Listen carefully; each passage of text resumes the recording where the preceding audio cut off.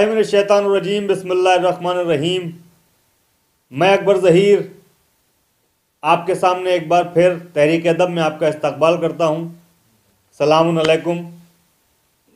ہمارے ساتھ اسٹوڈیو میں موجود ہیں عالی جناب عزت مآب مولانا سید نور الحسن زیدی صاحب، جن سے ہم عقائد کے بارے میں، معرفت خدا کے بارے میں بیان مسلسل سن رہے ہیں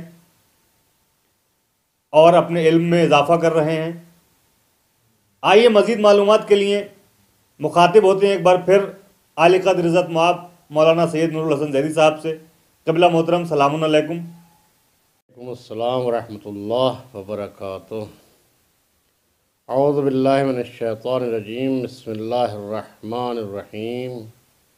الحمد للہ رب العالمین، والصلاة والسلام علی سید الانبیاء والمرسلین وآلہ الطیبین الطاہرین ولعنۃ اللہ علی اعدائہم اجمعین، اما بعد۔ ہماری گفتگو معرفت خدا کے سلسلے میں چل رہی ہے۔ گزشتہ بحثوں میں، گزشتہ گفتگو میں معرفت خدا کے حوالے سے چند دلیلیں پیش کیں۔ آج اسی کو آگے بڑھاتے ہوئے، اسی روش کو کہ معرفت فطری ہے، اسی معرفت فطری کو جو ہے آگے بڑھاتے ہوئے آپ کے سامنے ایک داستان، ایک حکایت نقل کرنا چاہتا ہوں۔ ہم اور آپ اس دنیا میں زندگی گزارتے ہیں، آسائش و آرام میں زندگی بسر رکھتے ہیں، اور جب ہماری زندگی خوشیوں کے درمیان اچھی طریقے سے گزر رہی ہوتی ہے تو ہم معبود حقیقی کو اس وقت بھول جاتے ہیں۔ اکثر لوگوں کا یہ رہتا ہے۔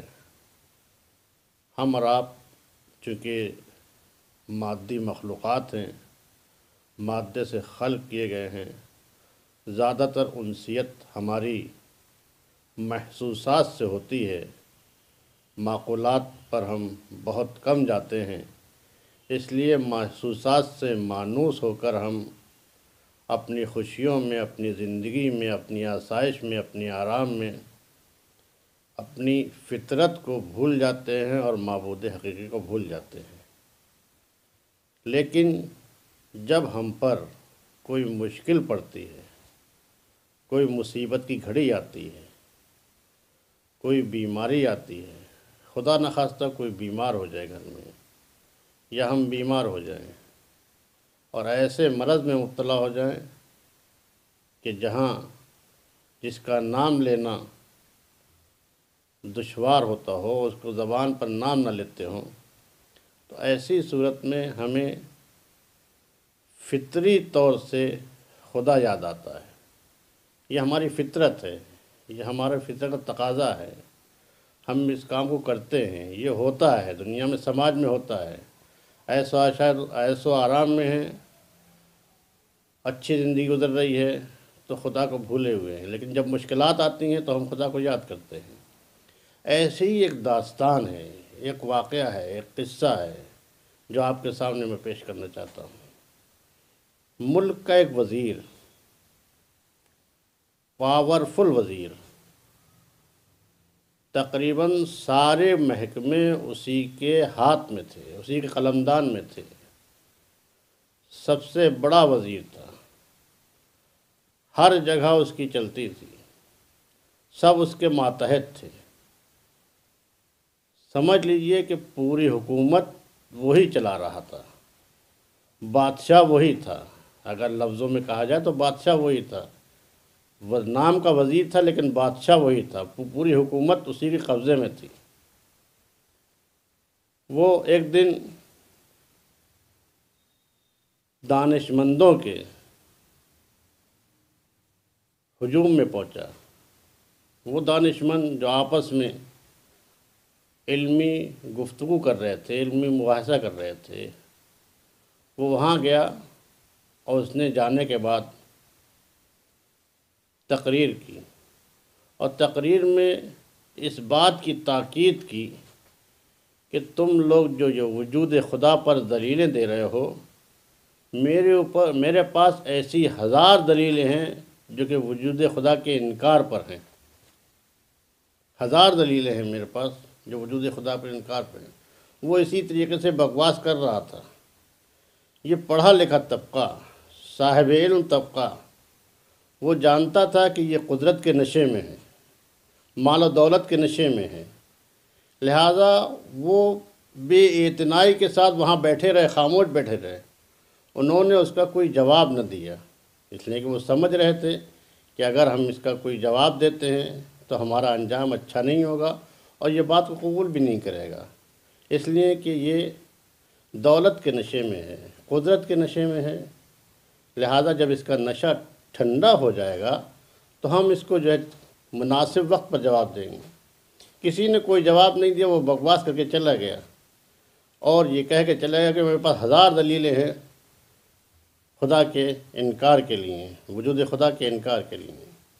اب وہ چلا گیا، زندگی یوں ہی گزرتی رہی۔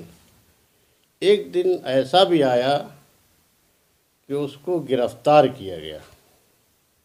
اب جب گرفتار کیا گیا، گرفتار کرنے کے بعد اس کو جیل میں ڈال دیا گیا۔ جب جیل میں ڈال دیا گیا تو اس کے بعد سختی پیش آئی، اور جب سختی پیش آئی تو اس کے حالت تبدیل ہوئے، اس لیے کہ اب وہ اس کے پاس قدرت نہیں تھی، طاقت نہیں تھی، دولت نہیں تھی، وہ نشہ نہیں تھا دولت کا، قدرت کا، لہٰذا وہ اس کے حالات تبدیل ہو گئے۔ ایسے میں ایک طالب علم نے، ایک دانشمند نے سوچا موقع اچھا ہے اس کو جھنجھوڑنے کا، اس کو احساس دلانے کا موقع اچھا ہے، کیونکہ اس کی اب دل پر چوٹ لگی ہے۔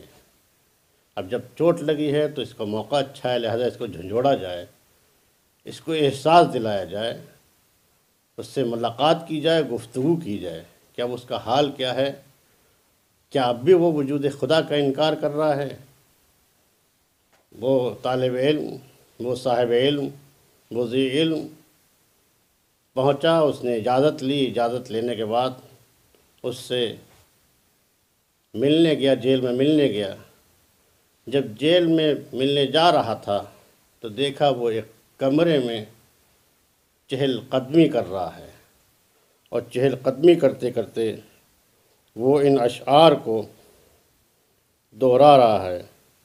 یہ اشعار اس کی زبان پر ہیں، جس کا مفہوم میں آپ کے سامنے بیان کروں کہ ان اشعار کا مفہوم یہ تھا کہ یہ شعر جن کی تصویریں پرچم پر بنا دی جاتی ہیں، یہ ہوا کے ذریعے سے ہلتی ہیں۔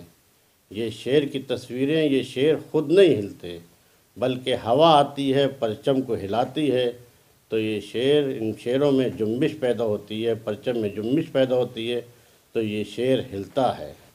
بس ہمارا حال بھی یہی ہے کہ جو ہمارے پاس جو قدرت ہے، جو طاقت ہے، جو قوت ہے، یہ ہماری نہیں ہے، بلکہ ہمارا حال اسی طرح ہے جس طرح اس شعر کا ہے کہ ہوا ہلاتی ہے۔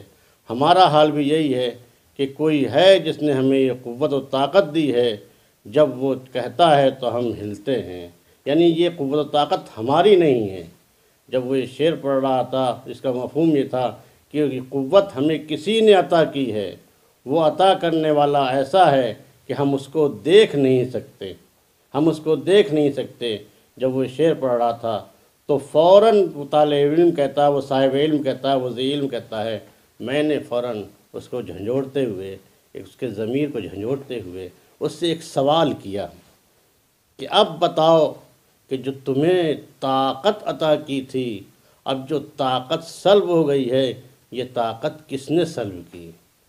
فوراً وہ جاگا اور جاگنے کو کہا، ہاں جس نے طاقت دی تھی اسی نے طاقت کو سلب کر لیا، وہ ہے جو فطرت کی طرف لے جاتا ہے، اس کا وجود فطری ہے، فطرت کے تقاضے کہتے ہیں کہ ہاں وہ موجود ہے۔